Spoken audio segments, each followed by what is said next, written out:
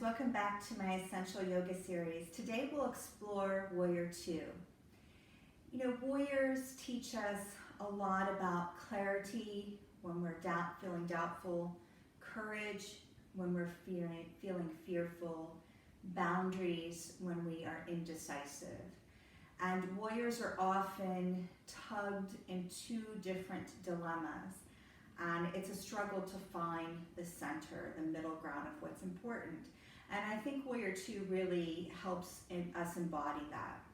So again, depending on your leg length will depend on how much space you have between the feet. At least 4.5 feet. So when you're in this pose, the front foot, the toes face the short edge of the mat.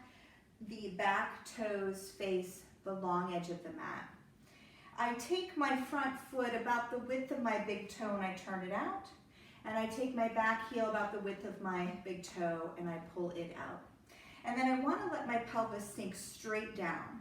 And you'll notice that my femur then becomes parallel to the floor. And when I look down, I want to be able to see my big toe. This is an open hip posture, so the pelvis is facing the long edge of the mat. If you have to pick between the knee being stable over top of the knee or your pelvis, pick the knee joint because it's the least stable joint and we want to honor that. The pelvis will open in time. Then the arms are pressing out in opposite directions. So you can think of this arm moving into the future, this arm moving into the past. And we don't want this. If the torso is this way, you're too far in the future. If the torso is this way, you're too far in the past. So it's about feeling the limbs move out in opposite directions, but keeping the torso center in the present moment, which is all we really have control over, our choices right here in the present. And then you can gaze out over your middle finger. I want to show it to you with a couple different prop variations.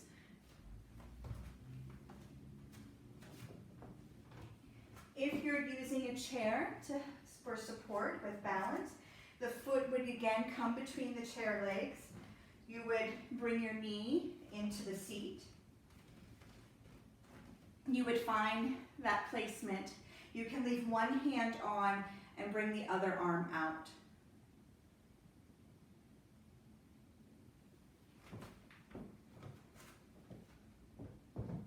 You can also use the wall in several different ways. You can leave the foot to the back edge of the wall so that you are pressing the whole outer edge of your foot into the wall. One hand comes onto the wall where the other hand reaches out. You can also do this with the front foot against the wall, placing the block between the knee and the wall. Again, that hand pressing into the wall, the other arm reaching out, and then you would gaze at the wall or straight ahead. So you can see there are lots of options. There are even more that I haven't listed here today.